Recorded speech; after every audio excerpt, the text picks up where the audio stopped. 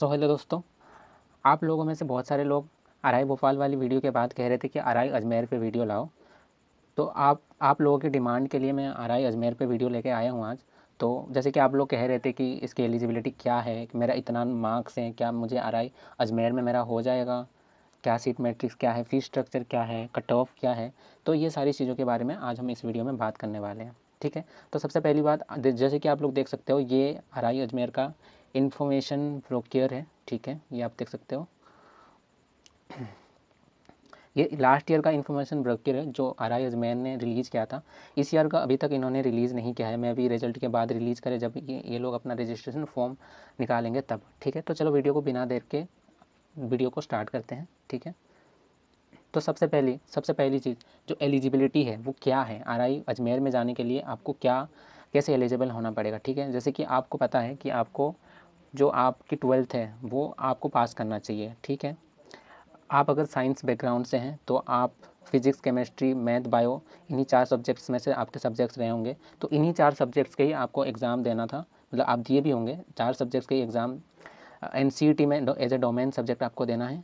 और अगर आप दिए होंगे इन 4 सब्जेक्ट, अगर आप साइंस बैकग्राउंड से हैं तो आप बीएससी बीएड कर सकते हैं। ठीक है, और अगर आप बीए बीएड मतलब बीए स्टूडेंट हैं, आर्ट स्टूडेंट हैं, तो फिर आप जो भी आपके सब्जेक्ट्स होते हैं, हिस्ट्री, जियोग्राफी, इकोनॉमिक्स, ये सारे सब्जेक्ट्स अगर आपने 12th पास की है तो यही सारे सब्जेक्ट्स आपके एनसीईटी एग्ज़ाम में भी होने चाहिए। तो आप एलिजिबल हैं इस इंस्टीट्यूट में आने के लिए। ठीक है, candidate must have appeared in the national common entrance test 2020 conducted by NTA. ठीक है, general information and important point. ठीक है, जैसे कि आपको पता है आरआई अजमेर जो आपको ऑफर करता है बहुत बीएससी बीएड और बीए बीएड दोनों ही। आई टाइप बीएससी बीएड आप अगर करना चाहते हैं तो आपको यहाँ पे 2 यूनिट बीएससी बीएड की 2 यूनिट होती है, और दोनों यूनिट में 50-50 से टोटल बीएससी बीएड के लिए 100 सीट्स होती हैं, और बीए बीएड वाले बच्चों के लिए टोटल 50 सीट्स होती है। ठीक है, तो ये आप देख सकते हो, वही सेम चीज़ है कि आपको 12th पास करना होना चाहिए। ठीक है, और अगर आप बीएससी बीएड करना चाह रहे हैं तो आपके 12th में ये सारे सब्जेक्ट्स होने चाहिए। ठीक है, साइंस स्ट्रीम से हैं तो आप क्लास 12th में physics, chemistry, mathematics, computer science, biology, ये सारे सब्जेक्ट्स होने चाहिए। और अगर आप बीए बीएड करना चाह रहे हैं तो any stream of class 12th। ठीक है, अगर आप बीए बीएड करना चाह रहे हैं तो किसी भी स्ट्रीम से हो सकते हो। हाँ, कुछ बच्चे पूछ रहे थे ना कि भैया मैं साइंस बैकग्राउंड से हूँ, मैंने साइंस किया है, बट मैं चाहता हूँ कि मैं बीए बीएड करूँ, तो क्या मैं एलिजिबल हूँ? तो मैंने उसको कमेंट में मैंने बोला भी था कि आप सारे यूनिवर्सिटी के लिए नहीं हो एलिजिबल, और ऐसा भी नहीं है कि आप एलिजिबल ही नहीं हो। कुछ यूनिवर्सिटीज़ है जहाँ पे आप एलिजिबल हो। तो आप देख सकते हो गाइज, यहाँ पे ये लोग any stream of class 12th। ठीक है, कोई भी कॉमर्स से भी हो आप, चाहे साइंस से हो, और अगर आर्ट्स से हो तो तब तो कर ही सकते हो। ठीक है, तो आप कर सकते हो। ठीक है, तो आई गेस आपको ये जानकारी हो गई। ठीक है, student must have appeared in NCET 2025 conducted by National Testing Agency following domain subject as per the requirement of ITEP. ठीक है, फॉर बीएससी बीएड ये सारे सब्जेक्ट्स होने चाहिए। ठीक है, अगर बीएससी बीएड कोर्स करना चाह रहे हो तो ये सारे सब्जेक्ट्स आपके मेजर में होते हैं। ठीक है, और यही सारे सब्जेक्ट्स से आपको एग्जाम देना है इस डोमेन। ठीक है, बीएससी बीएड मैथमेटिक्स, फिजिक्स। आप जब बीएससी कोई भी कोर्स में आप जब एनरोल हो जाओगे तब आपको 2 मेजर मिलते हैं। ठीक है, एक तो आपका रहेगा एजुकेशन, जिसको आप बदल नहीं सकते, चूज़ नहीं कर सकते, वो कंपलसरी है। बट अगर आप बीएससी बीएड कर रहे हैं तो आप ये जो 4-5 सब्जेक्ट्स हैं, मैथमेटिक्स, फिजिक्स, केमिस्ट्री, जूलॉजी और बॉटनी, इन पाँचों में से कोई किसी एक को आप एज मेजर चूज़ कर सकते हैं। और अगर आप बीए बीएड में एनरोल्ड हुए हो तो आप ये geography, history, English, Hindi and Urdu, ये 5 सब्जेक्ट्स में से किसी एक को आप एज मेजर चूज़ कर सकते हो। ठीक है, सीट एलोकेशन और to the IT programme will be based solely on scoreboard, ये तो आपको पता ही है। ठीक है, स्कोर के अकॉर्डिंग ही होगा। NTA the responsibility conducting NCET. हाँ, in case of any claim dispute related NCET 2020 the NTA में भी कंसल्टेड। ये कह रहे हैं कि हम इसके लिए जिम्मेदार नहीं है अगर आपके एनटीए में कुछ दिक्कत हो रहा है, अगर स्कोर में कोई दिक्कत होती है तो। ठीक है, RI will not be responsible for contest lakhs awareness of the admission guideline. अगर आप गाइडलाइन, अगर आप जो भी शेड्यूल ये लोग मतलब निकालते हैं, जो भी डेट हैं, अगर आप इरेस्पॉन्सिबल रहते हैं, अगर आप इनकी एलिजिबिलिटी क्राइटेरिया को मीट नहीं करते हैं, अगर आप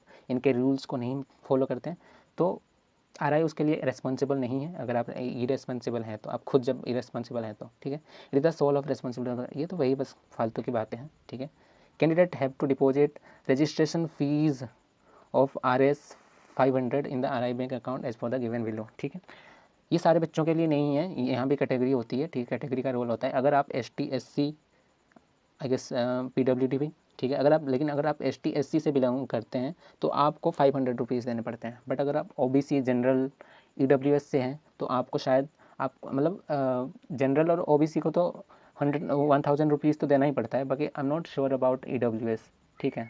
EWS के भी शायद 1000 रुपये ही देने पड़ते हैं, ठीक है। ये इनका डिटेल्स है। आप SBI कॉलेज के थ्रू सीधा जो है प्रिंसिपल RI अजमेर को जो है उनको पेमेंट कर सकते हो, ठीक है। ठीक है, अगर आप अप्लाई कर रहे हो, ठीक है, तो आपके देख सकते हो कैटेगरी ये है ST SC OBC NCL EWS PWD Kota से अगर आप हो, आपके पास अगर कैटेगरी सर्टिफिकेट है तो आपके जो रिजर्व सीट है उस अकॉर्डिंग आप आओगे और आप रिजर्व सीट के अकॉर्डिंग आप एडमिशन ले सकते हो, ठीक है। तो एक आपको प्रिविलेज कास्ट का भी मिल जाता है, ठीक है, कैटेगरी का। चलो ये तो फालतू की बात है ये तो, ठीक है।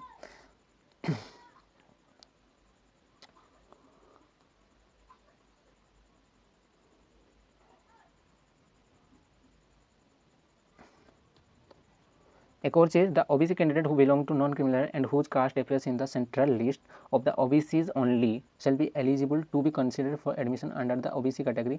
Validity period of OBC certificate in respect of the non-creamier status on the candidate as per DOPT office memorandum number इतना dated 31 March 2016. The certificate should be issued after 31 मार्च 2025। मतलब ये लोग यही कह रहे हैं कि अगर जो OBC वाले जो कैंडिडेट्स हैं, ठीक है, अगर उनके पास कोई कैटेगरी सर्टिफिकेट है बट वो बहुत पुराना है तो वो वैलिड नहीं है। इनके कहने का मतलब है आपके ये लास्ट ईयर के अकॉर्डिंग ये लोग कह रहे हैं कि 31 मार्च के बाद का सर्टिफिकेट होना चाहिए तभी वो एक्सेप्टेबल है। उससे पहले का भी है ना अगर, ठीक है, 29 30 का भी 30 मार्च का भी है तो ये लोग एक्सेप्ट नहीं करेंगे। तो वही इसलिए मैं भी कह रहा हूँ कि आपके पास भले ही हो लेकिन आप बनवा फिर भी लेना, ठीक है। क्या पता, OBC के लिए तो मस्ट है, आपको तो बनवाना ही है नया। लेकिन जो लोग ST SC से भी बिलोंग कर रहे हैं, ठीक है, आप लोग भी बनवा लेना, फ्री में ही बन जाता है, ठीक है। उड़ीसा में तो फ्री में ही बन जाता है, ठीक है। अगर आप खुद से अप्लाई करोगे तो फ्री में ही बन जाएगा, ठीक है। बट अगर आप साइबर कैफे बन जाओगे तो वो लोग भी 100 रुपये ही लेंगे ज़्यादा से ज़्यादा और बनवा के दे देंगे आपको, ठीक है। तो अब हम देखते हैं सीट मैट्रिक्स, ठीक है, जिस चीज़ की आप बात कर रहे थे कितनी सीट्स हैं, ठीक है। तो जैसे कि आप देख सकते हो ITF BSc BEd RI Ajmer में 2 यूनिट्स होते हैं, टोटल 100 सीट्स होती हैं, ठीक है। BSc BEd सेकेंडरी स्टेज के लिए फिजिक्स में टोटल 26, केमिस्ट्री में टोटल 26, मैथमेटिक्स में 20, बॉटनी में 20, जूलॉजी में 20, टोटल 100, ठीक है। जनरल अगर टोटल की बात करें हम तो जनरल के लिए टोटल सीट्स 100 में से हैं 41 सीट्स, OBC NCL के लिए 27, SC के लिए 15, ST के लिए 7, EWS के लिए 10 और हाँ EWS के लिए 10 है, ठीक है। आप जो है ना स्पेसिफिकली भी देख सकते हैं कि फिजिक्स मेजर में कितनी सीट्स है जनरल के लिए। यहाँ पे देख सकते हो 9 है, OBC NCL के 5 है, SC के लिए 3 है, ST के लिए 1 है, EWS के लिए 2 है, ठीक है। वैसे ही केमिस्ट्री में देख सकते हो, मैथमेटिक्स में देख सकते हो, बॉटनी में देख सकते हो, ठीक है। आगे बढ़ेंगे, ठीक है। 5% seats are reserve for PWD के लिए 5% सीट्स रिजर्व होती हैं, ठीक है। This seats will be allotted with in category and that is general, OBC NCL, SC ST and EWS seat is as per government of India rules, ठीक है। अब देखते हैं BA BEd का सीट मैट्रिक्स देखते हैं, ठीक है, ठीक है। टोटल जैसे कि आपको पता है टोटल 50 सीट्स हैं, ठीक है। जनरल 50 सीट में जनरल की सीट है 21, OBC NCL की सीट है 13, SC की है 7, ST की 4, EWS की 5 है, ठीक है। अगर स्पेसिफिकली देखें तो हिस्ट्री मेजर में जनरल की सीट है 5, OBC NCL में 3, SC की 2 है, ST की 1 है, EWS की 1 है। और वैसे ही आप देख सकते हो ज्योग्राफी, इंग्लिश, हिंदी और उर्दू के लिए, ठीक है। अब देखते हैं हम list of candidate, list of document required, ठीक है। क्या डॉक्यूमेंट्स आपको चाहिए होंगे रजिस्ट्रेशन के दौरान और मतलब फिजिकली जब वो लोग सर्टिफिकेट वेरीफाई करते हैं ना तब एडमिशन के दौरान, ठीक है, काउंसलिंग के दौरान, फिजिकल काउंसलिंग जो होती है, ठीक है।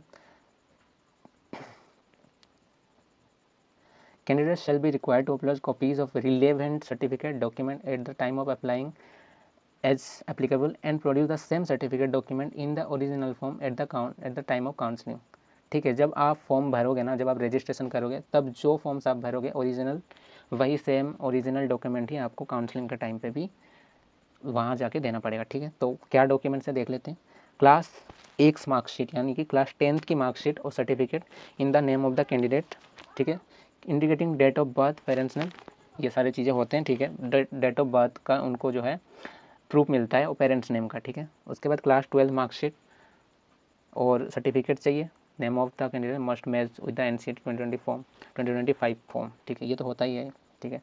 उसके अलावा ST SC OBC NCL EWS PWD certificate, ठीक है, ये चाहिए, issued by the competent issuing authority, ठीक है, जैसे रेवेन्यू ऑफिसर और तहसीलदार, ये सारे लोग, ठीक है। NCERT 2025 application form and NCERT 2025 NTA score card, ठीक है। NCERT 2025 एप्लीकेशन फॉर्म मतलब इस साल की अगर बात करें तो आपने जो फॉर्म भरा था NCERT 2026 का, NCERT का फॉर्म जो भरा था, तब कन्फर्मेशन पेज एक देते हैं वो लास्ट एंड में, जब आपका जो फॉर्म है वो सबमिट हो जाता है, तो उसको सेव करके रखना था, ठीक। अगर आपके पास नहीं है तो शायद अभी भी वो वेबसाइट पे अवेलेबल है, तो आप वहाँ जाके आप डाउनलोड करके रख सकते हो, ठीक है। ये हर जगह नहीं ज़रूरत होती है, बट कोई कोई इंस्टीट्यूट है जो मांग लेते हैं, ठीक है, तो उनके लिए आपको ये सेव करके रखना पड़ता है, ठीक है। उसके अलावा NCERT 2026 कहूँगा अगर NTA स्कोर कार्ड, ये NTA स्कोर कार्ड तो आपको चाहिए ही चाहिए NCERT, ठीक है, इसके बिना तो कुछ नहीं हो सकता। Copy of the registration fee payment, ठीक है, जब आप रजिस्ट्रेशन करोगे उस टाइम पे जो आप उनको फ़ीस पेमेंट करोगे उसका एक रिसीट चाहिए इनको एज प्रूफ कि आपने पेमेंट एक्चुअल में किया है, ठीक है। Candidate must take utmost care to ensure that upload document certificate are authentic and accurate, सारे डॉक्यूमेंट ऑथेंटिक होने चाहिए, रिलेवेंट चाहिए और रियल होने चाहिए, कोई फर्जी डॉक्यूमेंट नहीं होने चाहिए, ठीक है। Candidates will be responsible for producing document certificate as short, ठीक है। आप क्या होगा, एडमिशन रद्द कर दिया जाएगा, आपको एडमिशन सीट नहीं मिलेगी, ठीक है। उसके अलावा all certificate document will be return to the candidate upon completion of any physical verification that may be required at a later stage, ठीक है। वही कह रहे हैं कि रजिस्ट्रेशन के बाद जो आपका फिजिकल वेरिफिकेशन होता है आपके सीट अलॉट होने के बाद, तो उसके बाद डॉक्यूमेंट वंस वेरीफाई हो जाएंगे, उसके बाद वो लोग लौटा देंगे आपको, ठीक है। If the original certificate are not in English Hindi version translate of such certificate duly certified by the principal और डायरेक्टर और other competent authority of the last institute will be required during the document verification. अगर आपकी कोई भी certificate जैसे marksheet है, ठीक है, इंग्लिश या हिंदी में नहीं है, तो जो ट्रांसलेशन है, ठीक है, किसी भी जो है ना वो किनके द्वारा सर्टिफाइड होना चाहिए, बाय द प्रिंसिपल, जो आपके स्कूल के प्रिंसिपल रहे होंगे उनसे सर्टिफाइड होने चाहिए, तभी जाके ये जो है वैलिड माने जाएंगे, वरना नहीं, ठीक है। At the time of admission all admitted candidate may have to submit physical fitness certificate, physical fitness का भी सर्टिफिकेट चाहिए क्या इनको, and a registered medical practitioner in the prescribe form to regional institute of education NCERT Ajmer. भाई साहब ये भी चाहिए इनको भाई, ये तो बहुत नया कुछ सुना मैंने। खैर चलो आगे बढ़ते हैं। अब देखते हैं हॉस्टल फैसिलिटी, ठीक है। RI अजमेर में बहुत सारे लोग पूछ रहे थे भाई कितने हॉस्टल्स हैं, ठीक है। तो जैसे आप देख सकते हो RI अजमेर के कैंपस में टोटल 6 हॉस्टल्स हैं, 2 हैं आपके बॉयज़ के लिए, 4 हैं गर्ल्स के लिए। बॉयज़ के लिए तिलक हॉस्टल्स, रंजीत हॉस्टल्स, गर्ल्स के लिए लक्ष्मीबाई, राणा प्रताप हॉस्टल्स, शिवाजी सरस्वती होटल्स हैं, ठीक है। होटल्स कह रहा हूँ, हॉस्टल्स हैं, सॉरी गाइस, ठीक है। इंस्टीट्यूट के ऑफिशियल रिकॉर्ड के मुताबिक टोटल 6 हॉस्टल्स हैं, ठीक है। ज़्यादातर रूम्स डबल शेयरिंग होते हैं, यानी एक रूम में 2 स्टूडेंट्स रहेंगे, ठीक है। मैथ्स और डाइनिंग हॉल की सुविधा कैंपस में ही अवेलेबल है। हॉस्टल और मेस का एनुअल खर्चा लगभग 22,000 से 36,000 के बीच हो सकता है। इसमें सब चीज़ इंक्लूड होता है गाइस, ठीक है। हॉस्टल और जो भी academic fees, tuition fees, I guess, ठीक है, सब इसमें। ये फ़ीस ना तब ले ली जाती है जब आप एडमिशन जाते हो, उस टाइम पे ले लेंगे, जब फिजिकल वेरिफिकेशन जब होता है आपके, या तो उस टाइम पे लेंगे या फिर जब आपकी सीट अलॉट होती है ना मेरिट लिस्ट के बाद, उस टाइम पे ले लेते हैं, ठीक है। जैसे आपके अंजन भैया है, इन्होंने भी लास्ट ईयर यहाँ पे अप्लाई किया था और इनका सिलेक्शन यहाँ पर भी हुआ था RI अजमेर में। तो उन्होंने कुछ, जब इनको सीट अलॉट हुई थी उस टाइम पे इन्होंने फी पेमेंट की थी कुछ 30,000 आई, ठीक है। OBC NCL के लिए सोचो 30,000 है, तो ST के लिए हो सकता है थोड़ा कम हो, ST SC जो बच्चे हैं, ठीक है। बाकी आप लोग ये देख सकते हो हॉस्टल्स हैं, ठीक है। ये हॉस्टल्स है लड़कों का और ये है लड़कों का, ये हॉस्टल्स है, ये वाला हॉस्टल्स है लड़कों के लिए, ठीक है। तो अब गाइस देखते हैं हम मेरिट लिस्ट देखते हैं, कट ऑफ देखेंगे। अभी हम कट ऑफ के बारे में जानेंगे कि कट ऑफ का क्या रिकॉर्ड है, ठीक है। तो पहले हम कट ऑफ को जानने के लिए मेरिट लिस्ट देखेंगे। तो लास्ट ईयर का जो राउंड 5 का जो मेरिट लिस्ट थी ना, उसको हम देखते हैं, क्योंकि सारी मेरिट लिस्ट देखेंगे तो वीडियो बहुत ज़्यादा लंबी हो जाएगी, ठीक है। वैसे भी लंबी ही हो जाती है मेरी वीडियोस, पता नहीं क्यों गाइस, ठीक है। तो आप लोग देख सकते हो ये BSc BEd 5th राउंड का फिजिक्स मेजर में जो लोग अप्लाई किए थे उसकी मेरिट लिस्ट है, ठीक है। आप लोग देख सकते हो जनरल में 3 सीटें, OBC NCL के लिए 1, SC के लिए 2 और ST के लिए कोई भी सीट नहीं है, ठीक है। यहाँ पे देख सकते हो, ठीक है। आप लोग देख सकते हो परसेंटाइल 96 परसेंटाइल पे भाई सिलेक्शन गया है, ठीक है, अन्वेषा सत्यपथी का, ठीक है। तो जनरल में भाई 96 मान के चलो कि जो है कट ऑफ गई है, ठीक है, राउंड 5 में, ठीक है। 96 मतलब 96 मतलब 373 आई गेस, लास्ट ईयर इतना ही था, ठीक है, मतलब रो स्कोर की मैं बात कर रहा हूँ, ठीक है। बाकी OBC NCL के लिए 96 वही सेम, ठीक है। SC के लिए थोड़ा कम हुआ है, 88 87, अब देखते हैं, अब देख सकते हो केमिस्ट्री में भी देख सकते हो आप लोग, ठीक है। मैं आपको ये पूरी जो मेरिट लिस्ट है ना, यही आपको टेलीग्राम चैनल पे अपलोड कर दूँगा, आप लोग देख लेना। टेलीग्राम आप लोग याद से होना ज्वाइन कर लेना, ठीक है, क्योंकि ये सारी चीज़ें आपको आगे भी जो जब रजिस्ट्रेशन वगैरह स्टार्ट होंगी ना, तो सारे कॉलेजेस के जो रजिस्ट्रेशन फॉर्म से जो भी होगा ना, सारी सारी चीज़ों का आपको इन्फॉर्मेशन दे दी जाएगी उधर, ठीक है। बहुत सारे मटेरियल भी आपको मिलने वाले हैं, तो टेलीग्राम चैनल, टेलीग्राम ग्रुप जो है ज्वाइन कर लेना, ठीक है। आपको मैं टेलीग्राम चैनल का लिंक दे दूँगा डिस्क्रिप्शन में, ठीक है। बाकी आप देख सकते हो गाइस केमिस्ट्री में, ठीक है, पूरी मेरिट लिस्ट को एक्सप्लेन कर पाना तो मुश्किल, लेकिन वीडियो फिर लेट हो जाएगी, मतलब लंबी हो जाएगी, ठीक है। देख सकते हो केमिस्ट्री में percentile 96 percentile, SC OBC NC के लिए वही सेम 96, कैटेगरी एससी में 89, कैटेगरी एसटी में 84, ठीक है। 84 मतलब कम ही है गाइस, 84 मतलब पता है क्या, 300 मार्क्स, ठीक है। हाँ मैं सच बोल रहा हूँ, 300 मार्क्स, क्योंकि मतलब और परसेंटाइल का मतलब ये है कि आप कितने परसेंट बच्चों से आगे हैं, ठीक है। अगर आपका परसेंटाइल 80 परसेंटाइल तो आप 100 में से 80 लोगों में से जो है आप आगे हैं, ठीक है।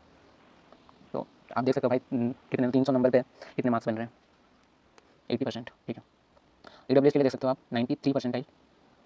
अब मैथमेटिक्स मेजर में आप चेकआउट कर सकते हो गाइस, ठीक है, उतना ही है बस 90। अब एससी में थोड़ा कम हो जा रहा है, ठीक है, एससी में कोई सीट वैकेंट नहीं रही मैथमेटिक्स में, ठीक है। बाकी जूलॉजी में देख सकते हो, ठीक है, ओबीसी एनसीएल में 96 रही है, एससी के लिए कोई सीट वैकेंट नहीं रही है, पोर्टनी, ठीक है। तो चलो आज अभी हम बीए के लिए देखते हैं, बीए बीएड के लिए जनरल 96 परसेंटाइल, ठीक है। और ये मेजर किसमें, हिंदी लैंग्वेज एंड लिटरेचर, ठीक है, 96 परसेंटाइल। ओबीसी के लिए कोई सीट नहीं थी, और एससी में भी 97 परसेंटाइल, ठीक है, ये भी आप चेकआउट कर सकते हो।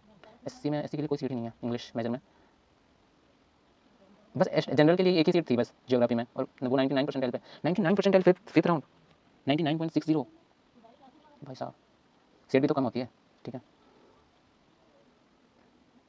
तो चलो गाइस ये तो खत्म हो गया, ठीक है, मेरी लिस्ट खत्म हो गया। तो मैं कंक्लूजन दे देता हूँ, ठीक है, कि भाई कितने कट ऑफ कितना आपको भी आइडिया मिल गया होगा, ठीक है। अगर आप एससी एसटी कैटेगरी से हैं तो आप देख सकते हो 300 मार्क्स पे जो है सिलेक्शन हुआ है लास्ट ईयर, ठीक है। बट आपको मैं एक आपको घबराना बिल्कुल भी नहीं कि भाई इतना ज़्यादा मार्क्स जा रहे हैं, हमारा तो 300 से भी कम है, कुछ बच्चे कहेंगे, ठीक है। और हमारी कैटेगरी भी नहीं जो हम की 400 मार्क्स के ऊपर भी नहीं आ रहे हैं, और मैं ओबीसी से हूँ, जनरल से हूँ, तो मैं क्या नहीं जा सकता, भाई आपको घबराना बिल्कुल भी नहीं है, ठीक है। अगर आप आरआई इस बार टारगेट करो ना, तो चांसेस है आपको किसी ना किसी आरआई में हो जाए, ठीक है। अगर आपके मार्क्स 300 से ज़्यादा आ रहे हैं तो, अगर आप ओबीसी से हो, जनरल से हो, मैं 100% श्योरिटी नहीं दे सकता, ठीक है, बट हो सकता है, चांस है, मैं ये चीज़ कह रहा हूँ, ठीक है। और मैं क्यों कह रहा हूँ अभी मैं आपको बताता हूँ, ठीक है। जैसे कि आपको पता है लास्ट ईयर पहले जो है ना मेरिट लिस्ट आरआई अजमेर ने ही रिलीज किया था, ठीक है। आरआई अजमेर ने, अब मेरी बात को ध्यान से सुनना आप यहाँ से, ठीक है। आरआई अजमेर ने पहले मेरिट लिस्ट रिलीज किया था, तो जो बच्चे थे ना, सारे बच्चे जो थे आरआई में पढ़ने वाले, वो सबने सीट ले ली, सबने ही सीट ले लिया, ठीक है। अब अपना जो है फी पेमेंट कर दी, ठीक है, मतलब लगभग सारे बच्चों ने। बट उसके बाद ही आरआई भोपाल की भी मेरिट लिस्ट आई, और इन्होंने देखा कि जो बच्चे यहाँ पे जिनका सिलेक्शन हुआ था आरआई अजमेर में, सेम बच्चों का यहाँ भी सिलेक्शन हुआ है। तो उन लोगों ने क्या किया, वो लोग आरआई अजमेर की जगह पे उन्होंने आरआई भोपाल को जो है ना प्रेफर किया, ठीक है। तो वो लोग वहाँ पे गए ही नहीं, रिफंड ले लिया उन्होंने उनका पैसा, ठीक है। इसीलिए यही रीजन है कि आरआई अजमेर का जो आप देख रहे हो ना 5th राउंड तक जो है ना मेरिट लिस्ट बनी है, ठीक है, क्योंकि कोई एडमिशन लिया ही नहीं है, ठीक है। देख लो ना आपका टॉप कितना गया है, ठीक है, 99 परसेंटाइल। इसको देख के बिल्कुल घबराना नहीं है। और फिर सब आप सोचो 5th राउंड काउंसलिंग जाने के बाद 5th राउंड तक मेरिट लिस्ट बनने के बाद स्पोर्ट काउंसलिंग हुआ है गाइस, स्पोर्ट काउंसलिंग, ठीक है। मेरे को अभी वो एक सेकंड, ठीक है, मैं वो ढूंढता हूँ, ठीक है, कहीं पे था, एक सेकंड। स्पोर्ट काउंसलिंग का नोटिफिकेशन देखो आप यहाँ पे, ठीक है। आप डेट भी चेक कर सकते हो, 19/8/2025, मतलब 19 अगस्त 2025 का ये नोटिस है, ठीक है, काउंसलिंग, स्पोर्ट काउंसलिंग का। After the completion of online admission counselling in ITI course, ITI course the category wise seats are lying vacant in the following bus agent, ठीक है। आप देख सकते हो 5th राउंड तक भाई काउंसलिंग चलने के बाद आईटीआई बीए में टोटल 9 सीट वैकेंट थी। चलो कोई बात नहीं, ठीक है, आप चेकआउट कर सकते हो जनरल में कितनी है, और मेजर के हिसाब से देख सकते हो जनरल, ठीक है, एसटीएससी कैटेगरी के हिसाब से। आप देखो बीएससी बीएड में कितनी सीट है, देखो आप खुद देखो, टोटल 35 सीट्स वैकेंट रही है, आप सोच सकते हो, ठीक है। फिजिक्स मेजर में जनरल टोटल कितनी सीट थी, फिजिक्स मेजर की आपको अगर याद हो तो 9 सीट थी, 7 सीट वैकेंट रही है, मतलब 2 ही बच्चों ने जो है ना सीट ली है।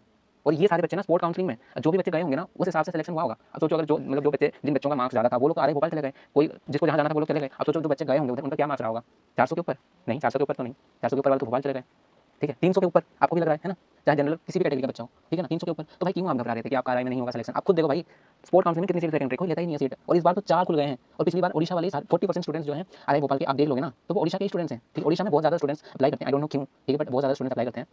और आप देख सकते हो आरआई भोपाल में 40% स्टूडेंट ओडिशा के ही हैं।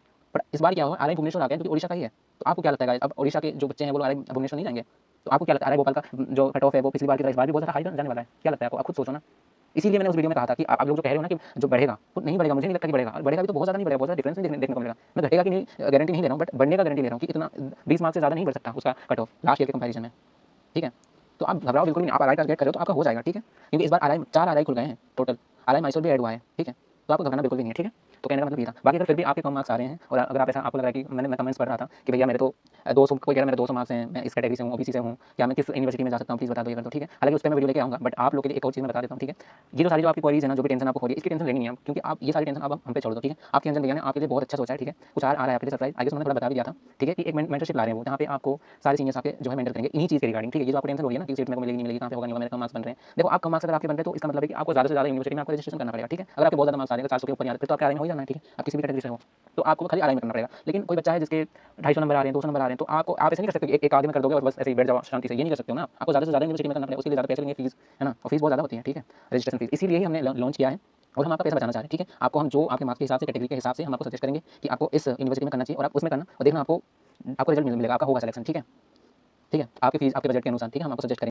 अब आप खुद सोचो ना कि भाई आपको इतने सारे जो सीनियर्स हैं आपके आरआई के, एनआईटी के, सेंट्रल यूनिवर्सिटी, वो सारे लोग आपको गाइड करने वाले हैं, तो वो लोग अपना इतना प्रीशियस टाइम दे रहे हैं, सेमेस्टर एग्जाम्स होते हैं उनके, इतना प्रीशियस टाइम दे रहे हैं, तो कैसे कुछ बच्चे कह रहे थे भाई आप तो पैसे ले रहे हो, भाई पैसे भाई लेना पड़ता है, ठीक है, फ्री में नहीं दे सकते ना हर चीज़ आपको, ये भी आपको समझना पड़ेगा, और बहुत ही मिनिमल फीस है, ऐसा नहीं कि बहुत ज़्यादा ले रहे हैं भाई, ठीक है, आपको देखना, मैं बता नहीं सकता, ठीक है, आपको अंजन भैया आपके जो आप बता देंगे वो मैं अच्छे से बताएंगे आपको इस बारे में और डिटेल्स जानकारी देंगे, तो आप अलर्ट रहना, ठीक है, बट आपको ये सारे फैसिलिटीज आपको मिलेंगे, ठीक है, आपको टेंशन बिल्कुल भी नहीं लेना, बहुत कम फीस है, ठीक है, अगर आपके ज़्यादा मार्क्स आ रहे हैं तो मैं भी कहता हूँ 450 400 तो आप भाई आप मत लेना, ठीक है, हमें नहीं चाहिए पैसे आपके, ठीक है, लेकिन जिन बच्चों का मतलब जेन्युइनली वो लोग परेशान हैं अपने मार्क्स को लेकर के, वो बच्चों के लिए है, ठीक है, आप लोगों को लेना चाहिए, ठीक है, तो आप लोग चेकआउट कर लेना, ठीक है, एक बारी, और आपको देखना आपको मदद मिलेगी, ठीक है, तो चलो गाइस, ठीक है, बस गाइस आज के लिए इतना ही था, ठीक है, और मैं आपसे आगे वीडियो लेकर के आऊँगा ये बच्चों के लिए जो कह रहे हैं ना 200 250 वाले मार्क्स वाले बच्चे जो हैं उनके लिए वीडियो लेकर के आऊँगा, ठीक है, आपको बता दूँगा, एक हिंट दूँगा, बाकी जो पूरा जो मतलब अच्छे से एश्योरिटी के साथ जो मैं वीडियो बना पाऊँगा वो रिजल्ट के बाद ही, क्योंकि अभी आप बस उस बेसिस पे बता रहे हो जो प्रोविजनल आंसर की आई है ना, तो गाइस मिलते हैं अगली वीडियो में, ठीक है, तब तक के लिए बाय और thank you so much guys.